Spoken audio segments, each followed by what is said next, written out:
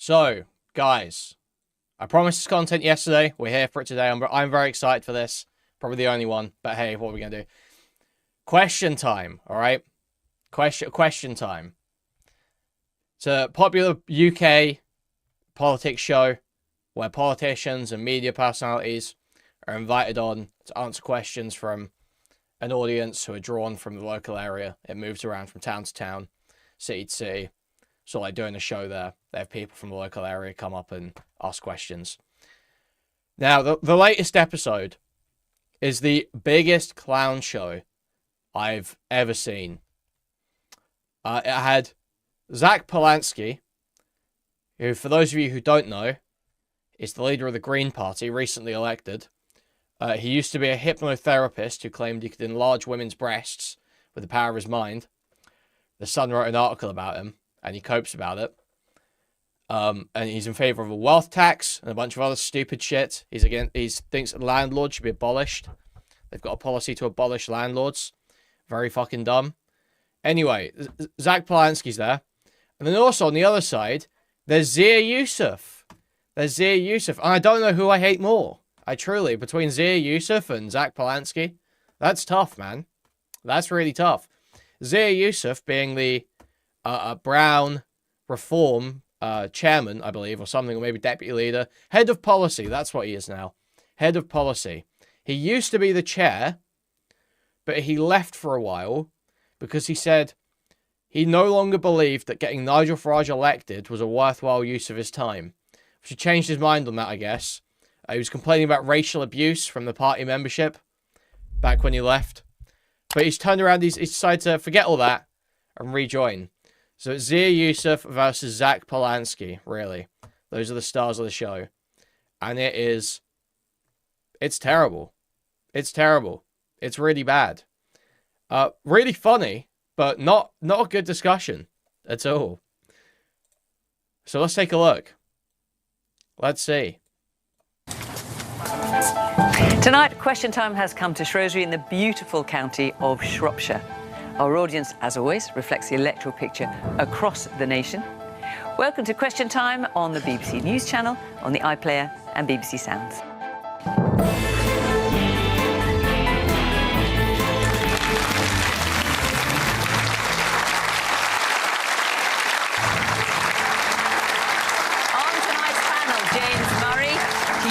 From Darren Jones recently as number 2 in the Treasury in Keir Starmer's latest reshuffle. For the Conservatives, the Shadow Culture Secretary Nigel Huddleston, a former Google executive who became an MP in 2015 and helped run Kemi Badenoch's leadership campaign. Making his Question Time debut, the new leader of the Green Party, Zack Polanski, a self-confessed eco-populist who, among a number of policies, wants to tax the rich and legalise hard drugs. Oh yeah, he wants to legalise like all drugs as well. For Reform UK, Zia Yusuf, the self-made millionaire who swapped business for politics and is now the party's head of policy. And the Daily Telegraph columnist Annabel Denham, who says there's now true equality at the top of politics, the right for men and women to be equally hopeless.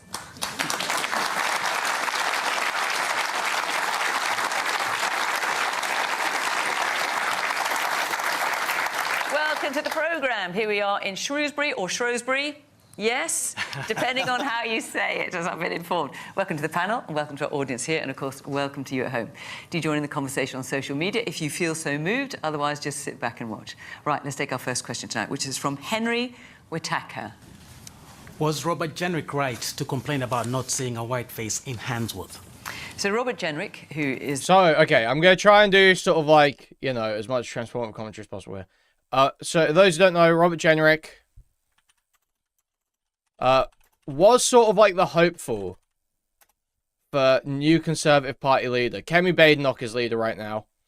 Robert Jenrick, though, had a much more, I'd say, like, prolific history. Like, he's much more well-known, or was, before Kemi was leader. Mainly for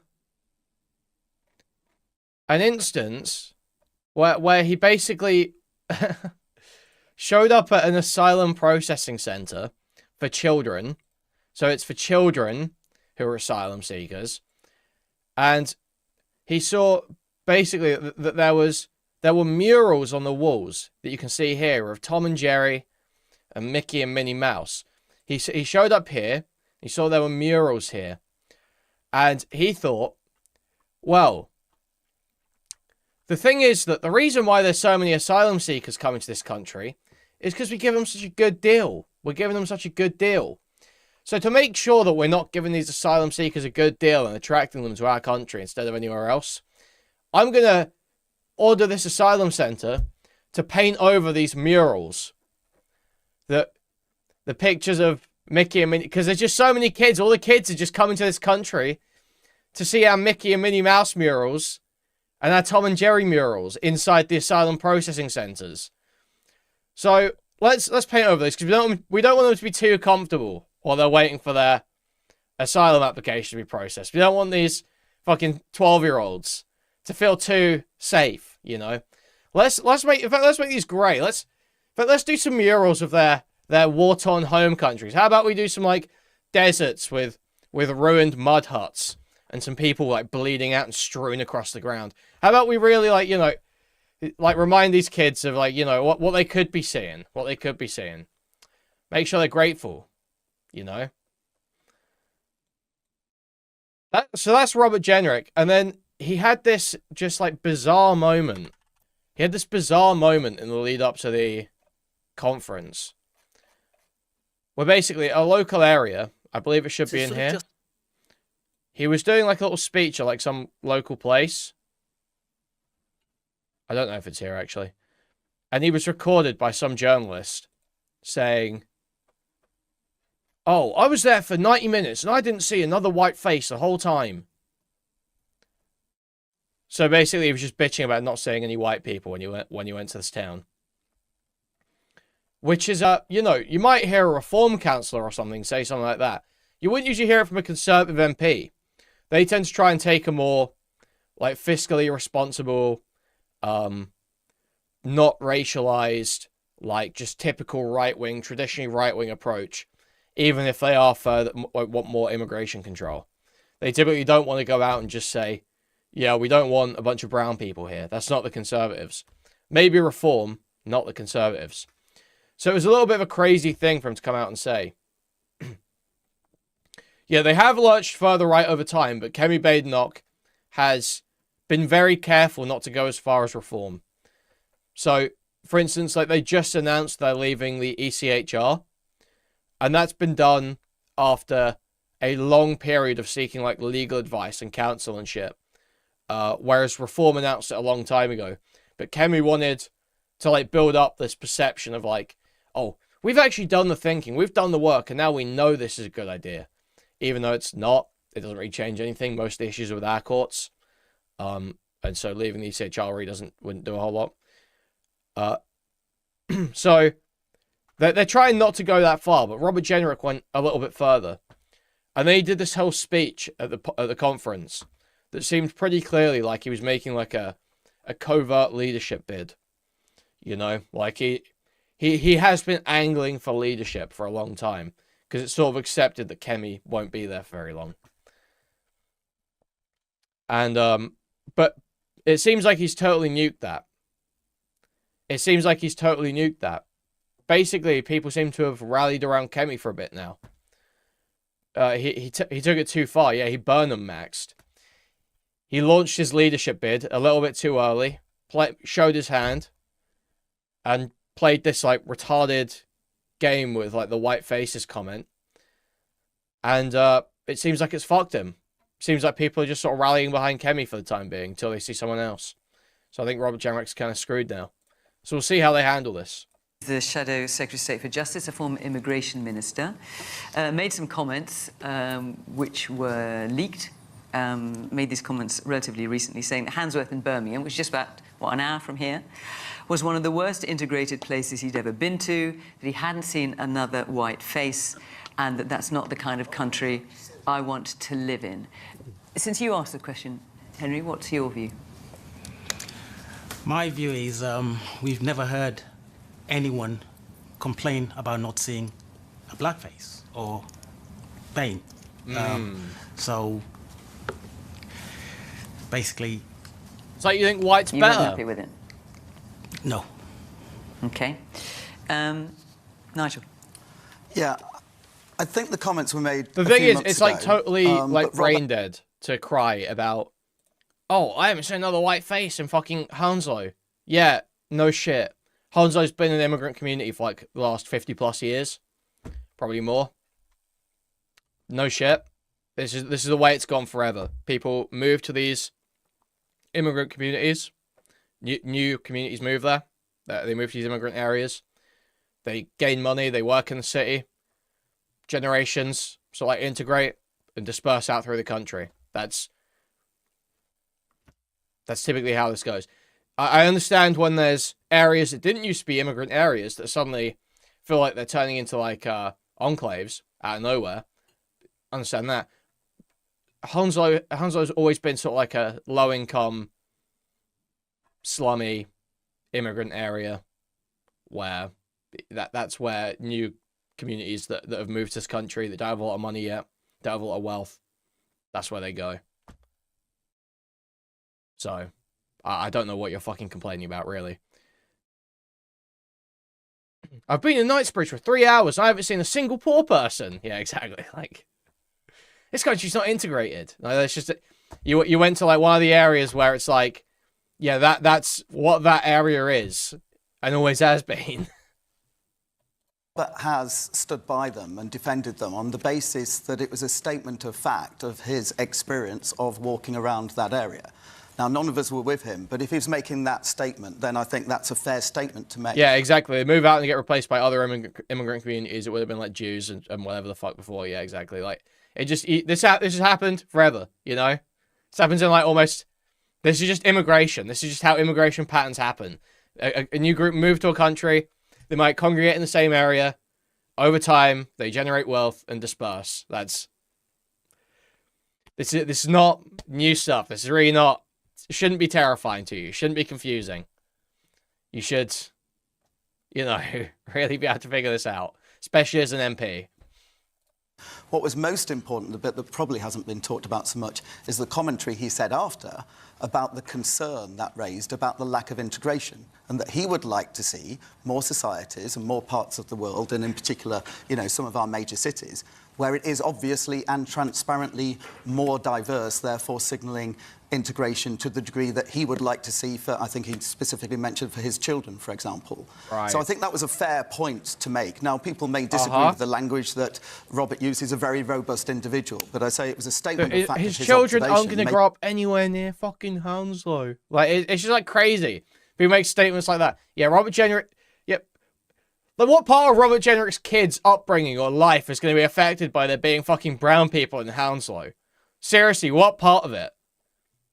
At what moment of Robert Jenrick's kids' lives are they going to be affected by the quantity of brown people in Hounslow?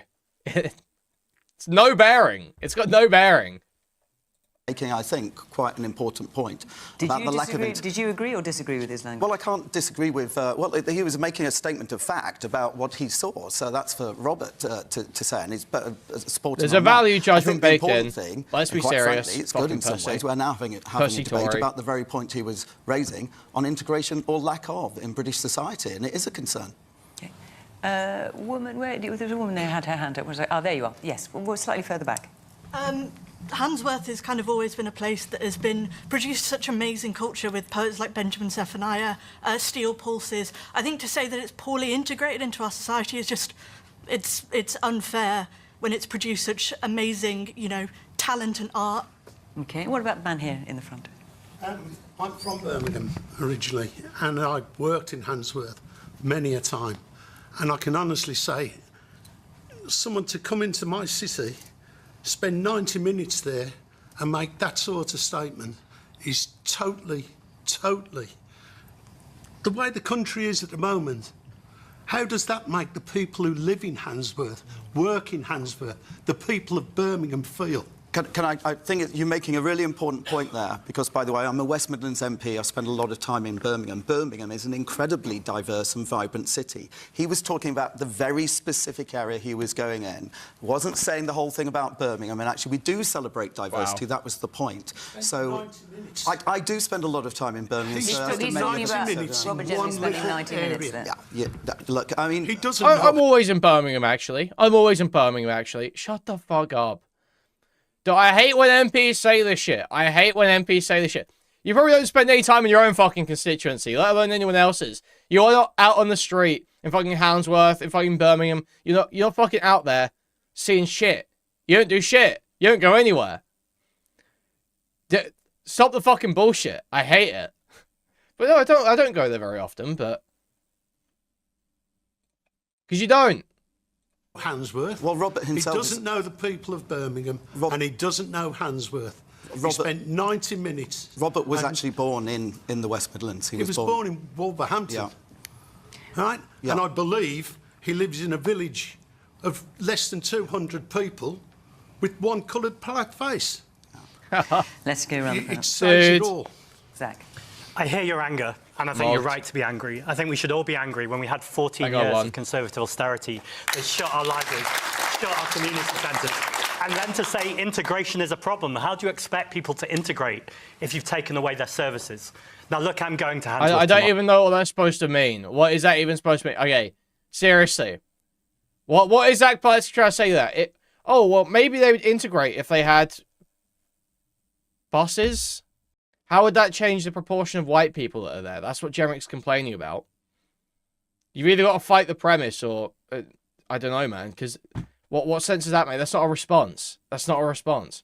You don't change the demographics of that area by giving them more buses. You stupid fuck. Like, do you see what I mean? Like, this guy is so worthless. This guy is so useless at these fucking questions, man. I think it's important that a political leader of a party actually goes to speak to people and spends time with people. The Green Party spoke to Benjamin Zephaniah's wife today about using his poem, British. For those of you who don't know the poem, it's a beautiful poem that talks about what multiculturalism is, what it is to bring people together. I'm so glad you've asked this question, Henry, because ultimately we need to make sure that all politicians are speaking about migration in positive sense. Now, of course, there will be people who have problems with migration, but their problems are because they... Yeah, Zack just needs to promise that he's going to build Cerebro from X-Men. He's going to build Cerebro from X-Men to extend his powers across the entire United Kingdom. And then people vote for him, then he'll win. Can't get a dentist appointment because there's not enough council homes, because we've not invested in our communities. But none of these are problems of a black face. These are the problems of multimillionaires and billionaires and the politicians who haven't taxed them properly. We can change that. They're all political choices.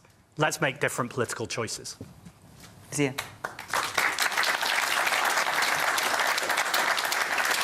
Well, look, there are massive issues with integration in this country. I think that is a fact, and I think many people in this country, ordinary, hard-working... So, terrible answer from Zack there. Well, maybe they would integrate if we gave them more buses. Maybe if they had buses, they'd integrate. All right, Zack. Great stuff, man. People feel concerned, quite rightly, about integration in this country. I think Robert Jenrick is not necessarily the best exponent of those concerns, given he served in that Tory government as immigration minister, no less, when 6.5 million net new people were shipped in over 14 years of their government against the wishes of the British people who voted against such mass immigration time and time again. Look, it is a fact that there are serious issues with immigration in this country. There are serious issues with integration in this country, in no small part because we had 11 million people gross, 6.5 million net new people arrived. He sounds like a 2016 bread tuber. Dude, it's so crazy. The populist left in this country fucking sucks. I actually don't mind. I'll be real. Totally unexpected. I actually prefer... I think Zara Sultana is the only populist left type person that hasn't done something that just makes me fucking hate him yet. You know, I can't stand Zack. I can't stand Jeremy Corbyn. Zara Sultana has not annoyed me too much yet. But fuck me, man. The fact that... I even said... I said he should do this. I said he should do this, so I can't even you know, act like it's a bad idea. But Corbyn looks like such a bitch letting Zara fucking start your party without his approval. And then basically just saying, yeah, we'll keep those membership sign-ups. Yeah, you can stay involved.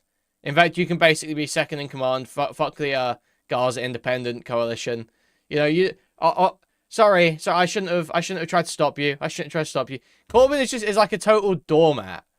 She literally she launches her own website, collects memberships without telling anyone else in the party. Goes completely above everyone else's heads to try and do a power grab because she felt like she was getting muscled out. And he just lets it happen.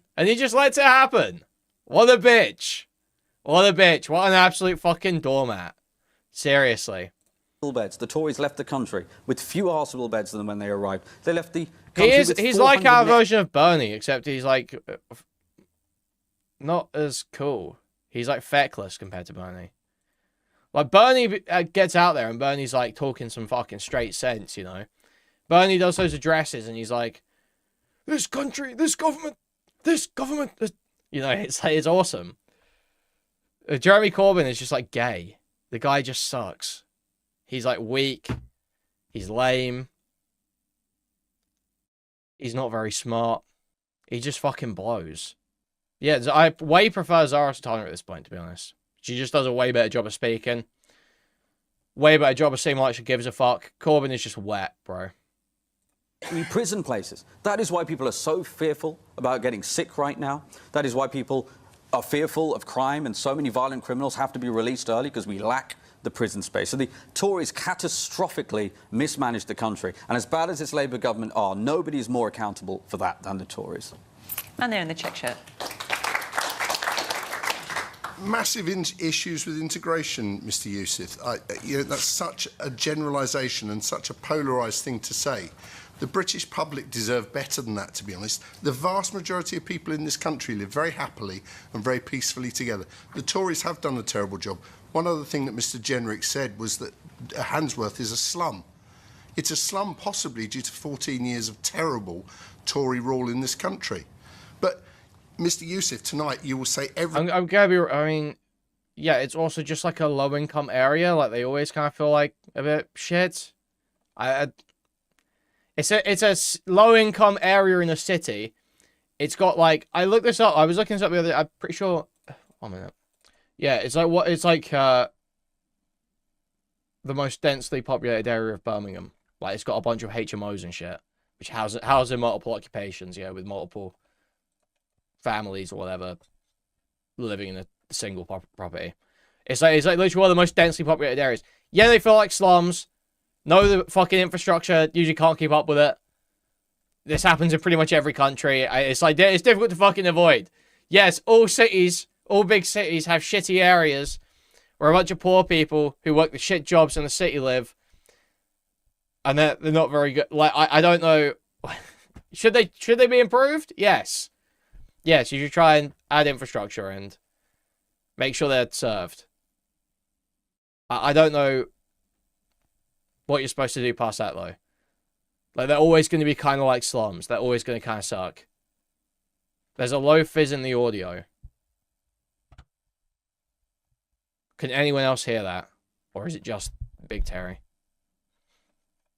Everything is about immigration. I challenge... No, there's not. No, there's not. It's on question time. I know it's on question time. Nice 24-hour timeout. Never talk again. Never give any advice about tech again. You not to mention the word immigration tonight. Because not everything in this country is the problem of immigration. There are problems in this country, but it's not just immigration. Yeah, well, listen, I'll respond to that directly. I'm afraid I'm going to mention immigration because it is, according to the latest YouGov poll, the number one issue for ordinary British people, for voters across this great country. Of course, it's not the only issue. I couldn't agree with that more. And as someone, by the way... I don't know, man. All the cities in the US have flying cars. Where is this? Wait, fuck. I didn't copy the address. This is the American cities with flying cars, by the way. It's American cities with flying cars. He's a second-generation immigrant. whose parents came to this country in the early 1980s, and I'd like to think have contributed. They're given half a century of service between them to the NHS, still practice in their 70s at the NHS. And before people accuse me of not retiring them, all the money in my pockets could not stop them from giving care. I'm pretty sure they said that was actually Billy. I am proud of what my parents have contributed to this country. I know how much immigrants have contributed, but it is absolutely true that there has been far too much mass immigration in this country. It has been to the detriment of this country. We've had enormous numbers. The Tories are most culpable for that, but I'm afraid the Labour government are, frankly, pouring gasoline on that problem. Zia, do you ever think it's the #1 problem because you spend a lot of time spreading misinformation and fear to make it...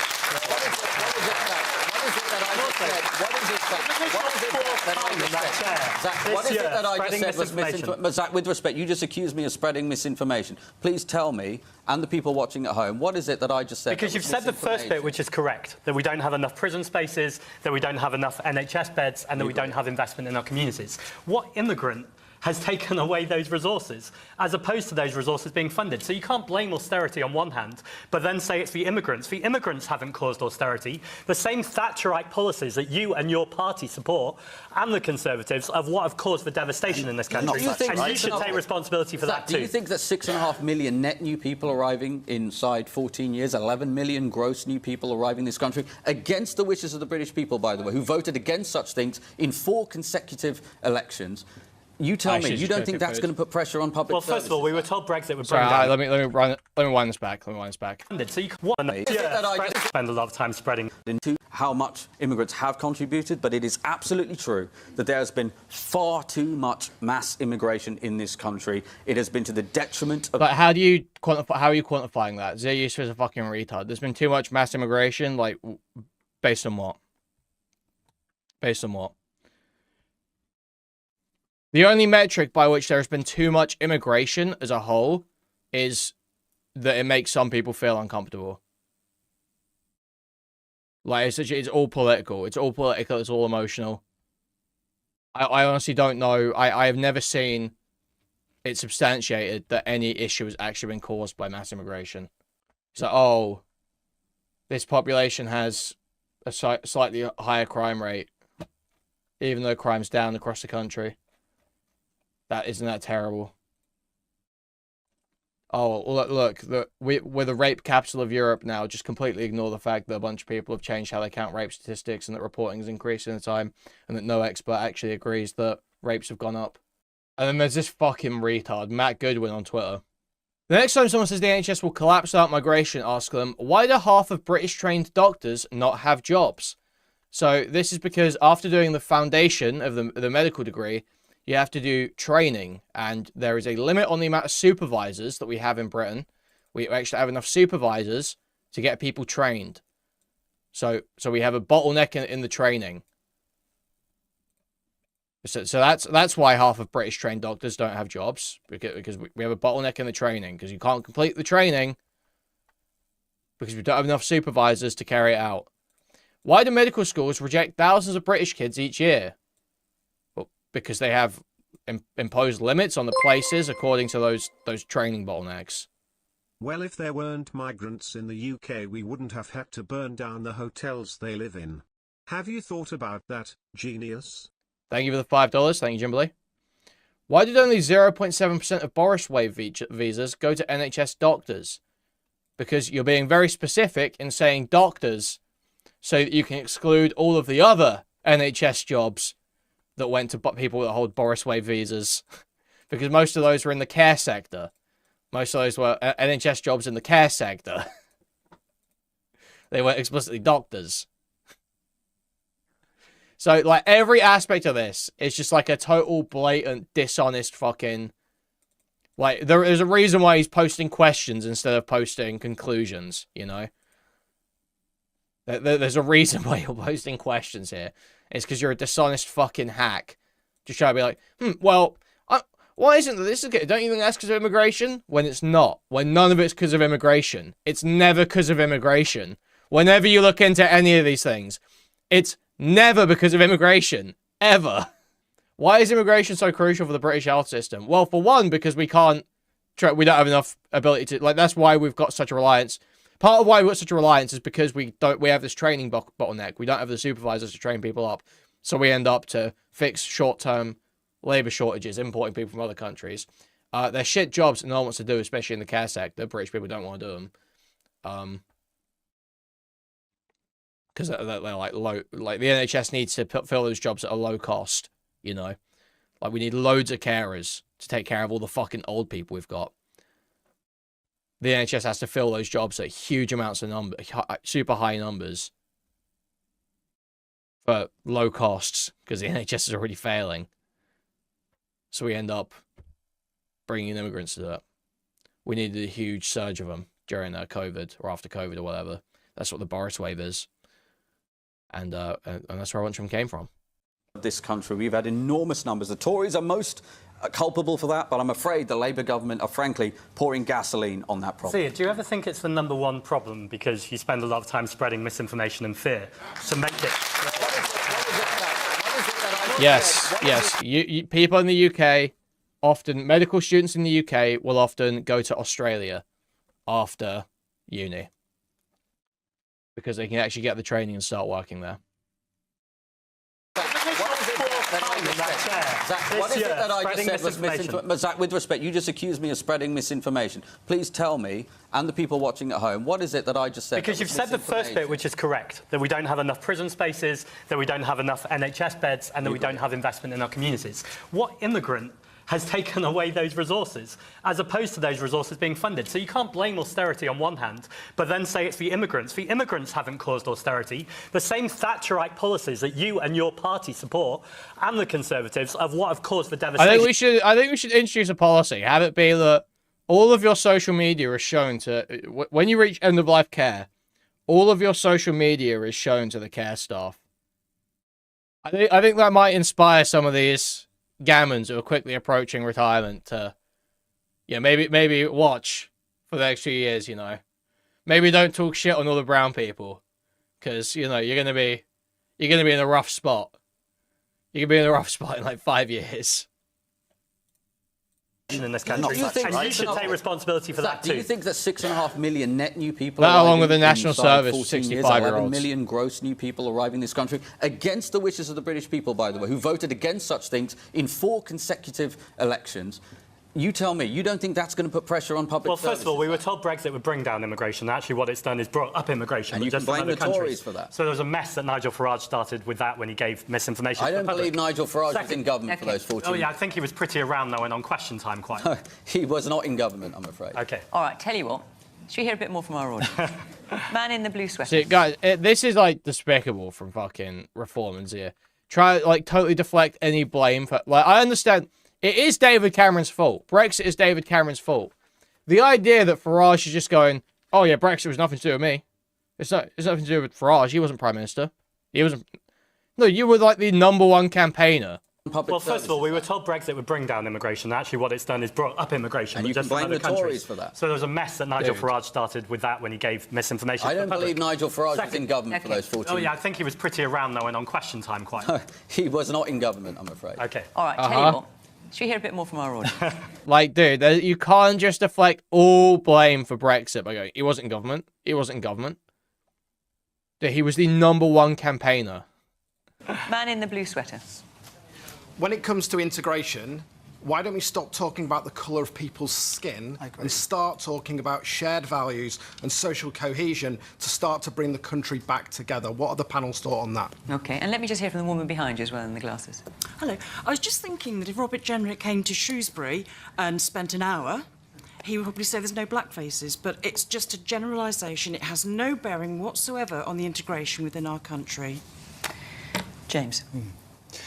I think a lot of members of the audience have put their points really well this evening. And actually, when the gentleman on the front row was speaking just a few moments ago, talking about Robert Jenrick turning up in somewhere that he just talked down the people there, talked down the place. You know, it made me deeply uncomfortable to see that happening. And actually, people who know the area well, like yourself and like others who have spoken, and Andy Street, the former mayor of West Midlands, you know, he actually said it's an example of a really well-integrated place.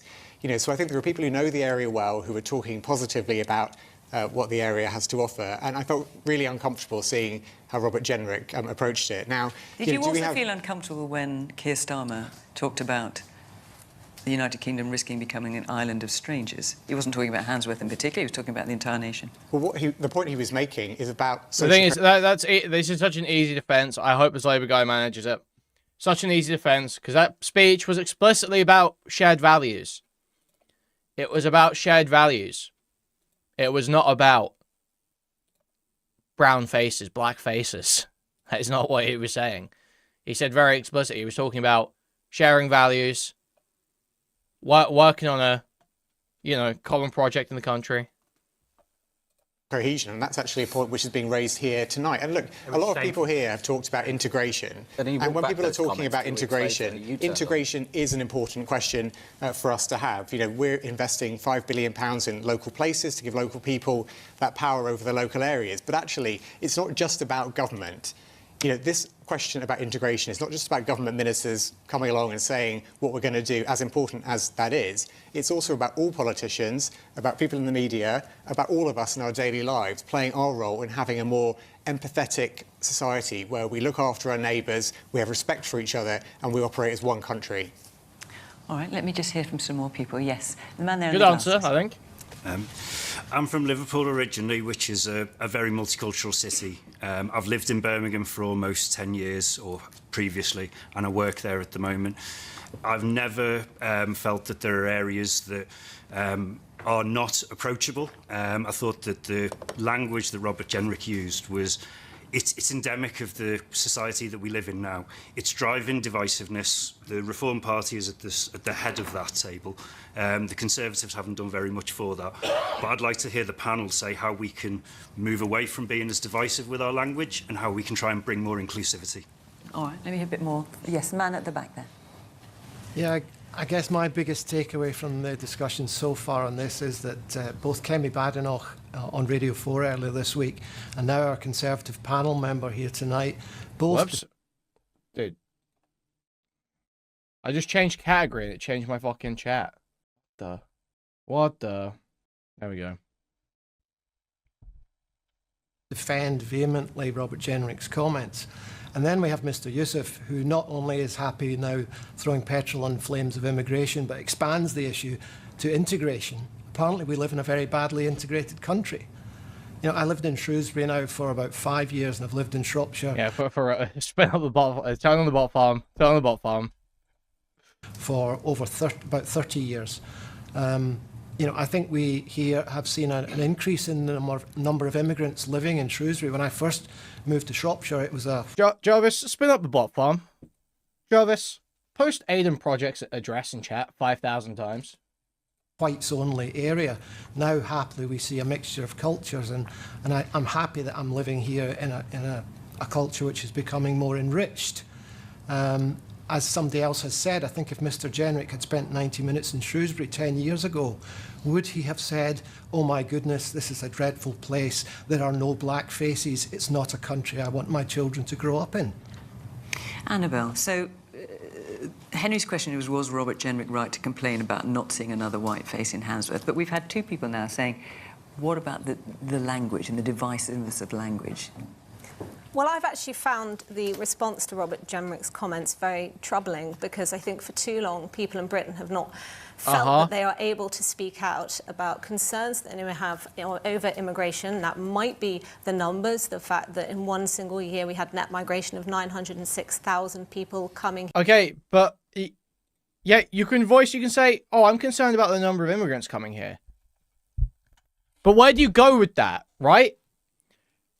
Like, it's not a very intelligent complaint to say, oh, that's a really big number. That's really worrying to me. That's not an intelligent thing to say, is it? That's fucking stupid. That's about as dumb as it gets. Oh, that number I just saw, that's really scarily big. Do you have any context for how big that number actually is? Do you know how many people are leaving the country? Do you know how many people are dying every year? How much the population decreasing? How many people... How much money they're putting into the system, how much they're taking out, what jobs they're doing, what effect it's having on the labour. There's a million different other questions you need to be asking past that, but they don't. Robert Jenrick knows those questions can be asked. He probably knows the answers to those questions, in fact. But he chooses instead to ask the question, why are there no white faces around here? Why come there no white faces around here in an immigrant area?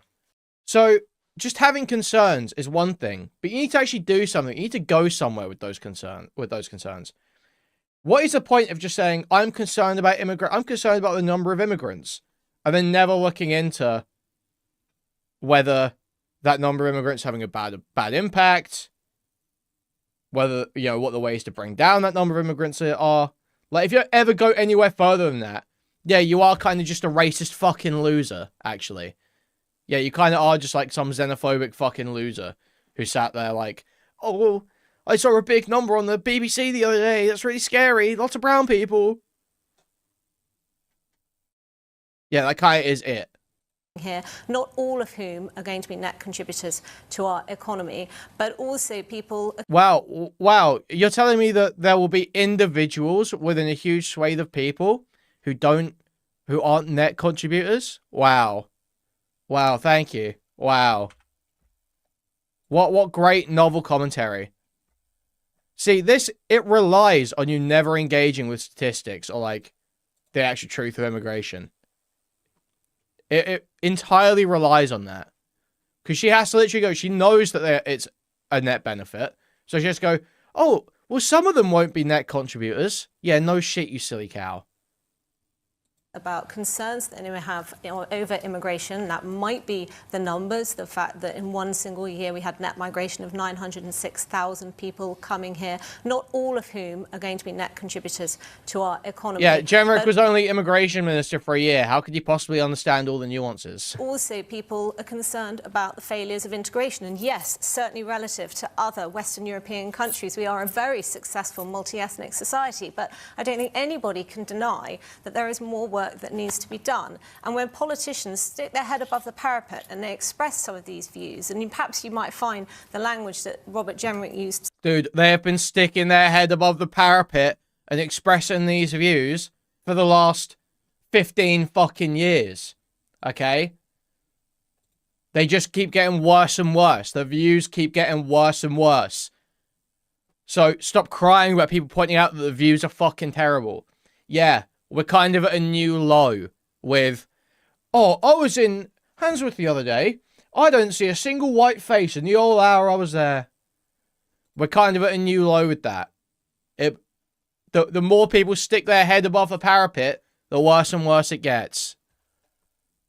So it's time to start fucking. When someone sticks their head above the parapet, let's start fucking, you know. You know. Specifically distasteful. But when they're then pilloried and there's an enormous backlash, it makes it that bit more difficult for somebody else to come out and speak about it and express fears that they may harbour. And I think that, is, as a consequence, too often pushes debate and discussion underground, and it pushes people who have often very legitimate concerns over immigration. Dude. Yeah, not everyone that says this sort of thing is a racist. Some of the cunts too. And some of them are people with legitimate anxieties about ever-increasing mass immigration. That is, as a consequence, too often pushes debate and discussion underground, and it pushes people who have often very legitimate concerns over immigration into the arms of... Here's the thing. They don't. They usually don't. That's the reality. It's time to stop pretending otherwise. I hate this idea that there's like a huge amount of people out there that actually have these incredibly reasoned, you know, like intelligent concerns over immigration.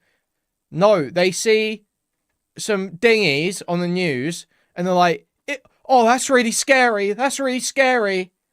Send them all back. Send them all back. That's what happens. That's what happens. There aren't a bunch of intelligent, legitimate fears about immigration. It's not the case. Far-right figures like Tommy Robinson. Man in the glasses. Yes, you, sir. I'm originally from Mexico. My family is here with me since 8 years ago. We went through the whole process of Tier 2 visa, indefinitely leave to remain. Now we are citizens. And I can tell you for sure that the integration that we have, my sons, it's perfect. The welcoming of the country has been fantastic. And in the company that I work for, we have a lot of people that are from different places. So my experience here is that we can have a very good integration. I don't know why we keep insisting in divisive language and saying that it's not happening, because it's happening. And there, in the black top. I think immigration and migration is always the political football and there's no answers for anything else.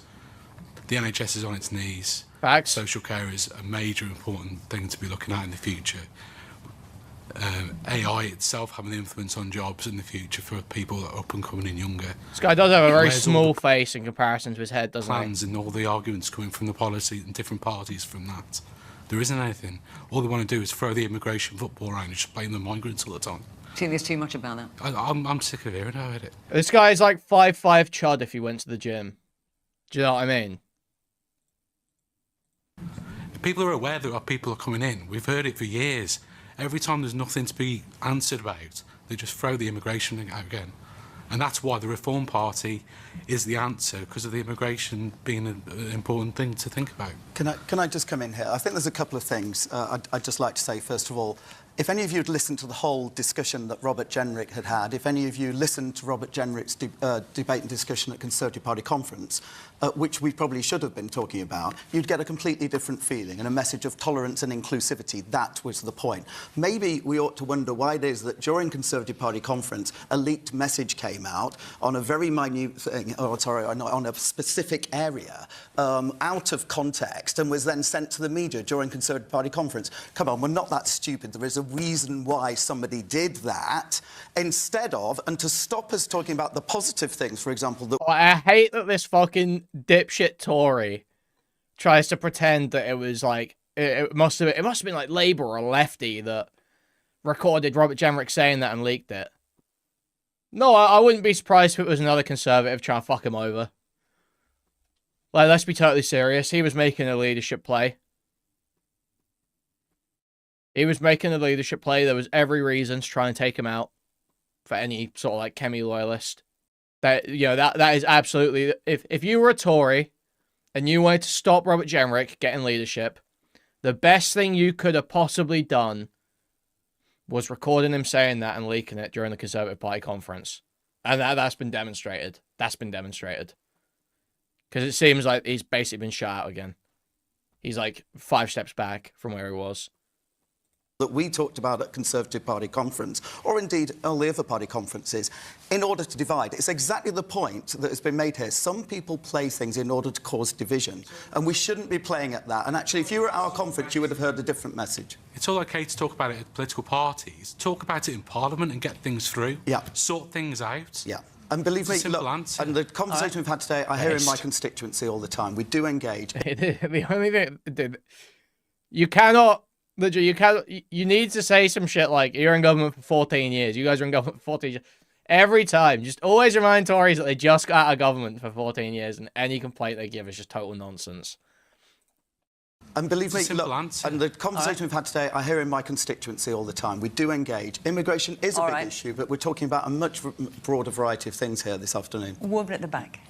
This way, yeah. Yeah. I'd just like to say, I too come from South East London originally, lived in Yeah, Shropshire. it's just so, like, you can say, oh, at the party conference, Yeah, only total fucking nerds be watching party conferences, okay? 30 years, and I love the fact that this is not a purely white town. I love Shropshire. Why do you want more immigrants? Because we need a constant supply of immigration to maintain the supply in our labour market so that our economy doesn't start, like, declining. So our economy doesn't start contracting. So we don't enter, like, managed decline in a collapsed fucking state. Yeah, shockingly, I don't want my country to collapse. I know that might be shocking. I actually like having a country that sort of works. I'd rather it didn't just totally fucking collapse. I love Shrewsbury. The other side to it is there are hundreds of people in this county who would not receive any social care at all or any care if we didn't have people coming to work in this county from other countries, and I welcome them all and say thank you.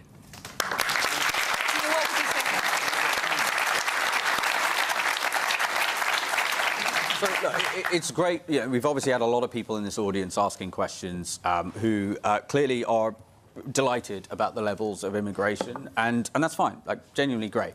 But I'm afraid this audience is not representative of the country. And right now, many people in this great country... It is representative of the support for reform, I might just point out.